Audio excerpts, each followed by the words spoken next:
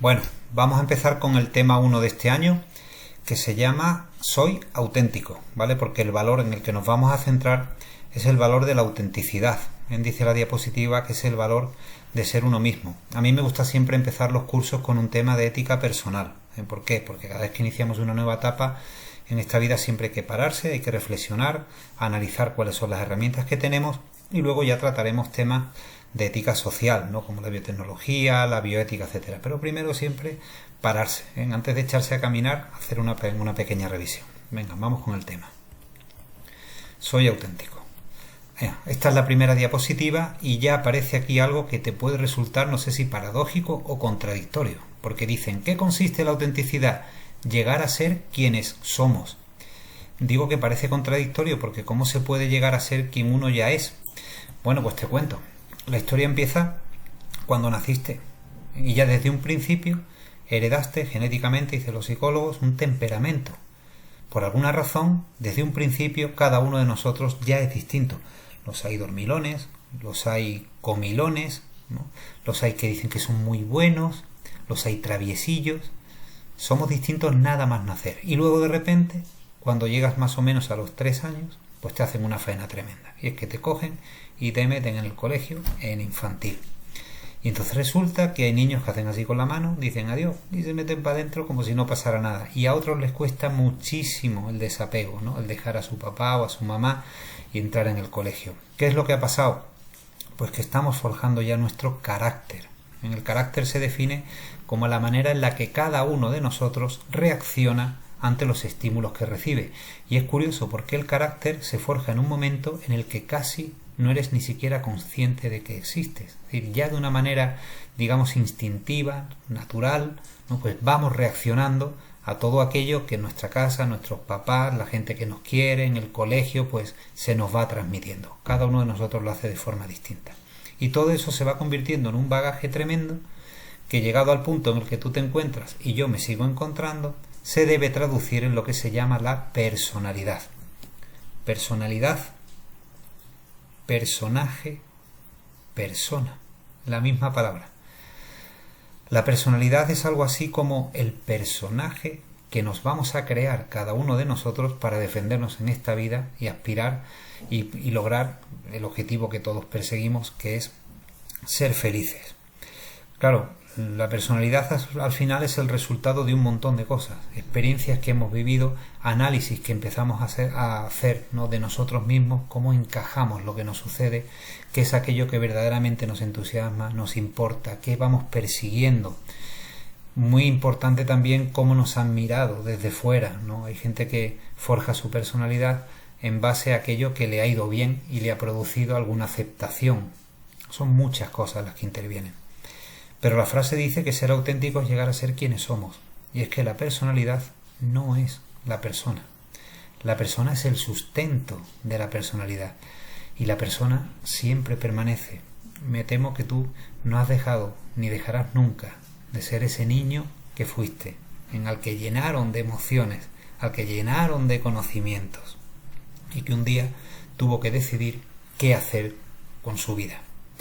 Eso es algo que solamente nos pasa a los seres humanos y es maravilloso. O sea, a diferencia del resto de seres vivos que vienen programados y solo se mueven por instinto, nosotros sí vamos a tener la capacidad y la posibilidad de decidir qué es lo que queremos llegar a ser. Eso viene dado por un derecho que es importantísimo, que te lo he puesto aquí abajo, que es el de la libertad. La autenticidad se define como poseer en nosotros mismos nuestro principio y fundamento. Claro, para alcanzar esto tienes que aprender a ser. La libertad es maravillosa porque te permite tomar las decisiones que quieras.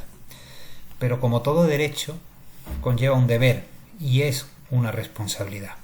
Si conviertes la libertad en hacer lo que quieras, es probable que llegue un momento en el que mires y te preguntes por qué has hecho lo que has hecho.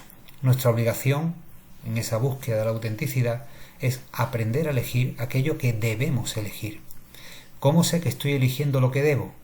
Pues porque me acerca en cada decisión más a lo que yo sueño, a lo que yo verdaderamente soy, no a lo que me han dicho que haga. La gente que se mueve de forma impulsiva puede elegir cosas que a la larga signifiquen una esclavitud para el resto de su vida y nunca podrán disfrutar de la maravilla y de la felicidad que significa ser tú mismo. Vale, algunos truquillos para que esto suceda. He puesto aquí en principio la importancia de la coherencia. La coherencia se define como la capacidad que tenemos y la obligación que tenemos de actuar conforme pensamos. Le pedimos a la gente que queremos que no nos mienta, es decir, que si creen en algo nos lo demuestren con sus actos. Aplícatelo. Si tú has decidido que la generosidad es un valor importante en tu vida, sé generoso todos los días, sé coherente.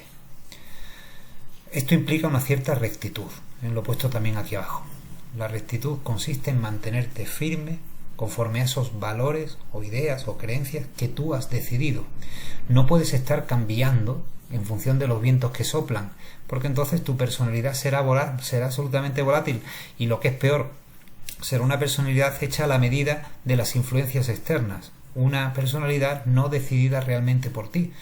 Por lo tanto, si crees en esa generosidad o crees en esa responsabilidad o crees en lo que sea, intenta mantenerte firme en ellas siempre en todo lo que haces. Esto es una enorme responsabilidad porque, claro, luego no podrás decir que la culpa es del otro. Si lo elegiste tú, asume las consecuencias de tu decisión. ¿Con qué no debe ser confundida nunca la rectitud? Con la rigidez. Te voy a poner un ejemplo que creo que lo vas a entender. A mí me inculcaron un enorme sentido de la responsabilidad desde que nací y un enorme sentido del deber. Entonces acabé considerando que las cosas eran de una forma determinada, ¿vale? La que yo considere, y que las cosas deberían funcionar de una forma en la que yo creía era la correcta. Y de repente un día pues me contratan en el colegio y llego allí y me encuentro con una realidad y me tengo que posicionar ante esa realidad, una realidad que me exige una adaptación a unas circunstancias que yo es que desconocía anteriormente. ¿Quién me iba a decir a mí que iba algún día en mi labor docente a grabar clases para cursos online, ¿no?, de alumnos del colegio? Claro, tienes que buscar un equilibrio entre aquello que tú consideras es importante y no traicionarlo, pero por otra parte ser flexible ante lo que te exige la realidad. De ahí la importancia de la creatividad que veremos luego. Ese límite lo estableces tú. Tampoco sería honesto traicionar esos principios por adaptarte a la realidad. El truco, el encanto, consiste en no renunciar a ti mismo y dar respuesta a lo que te exige la realidad. Esa es la verdadera flexibilidad. Eso es de persona inteligente.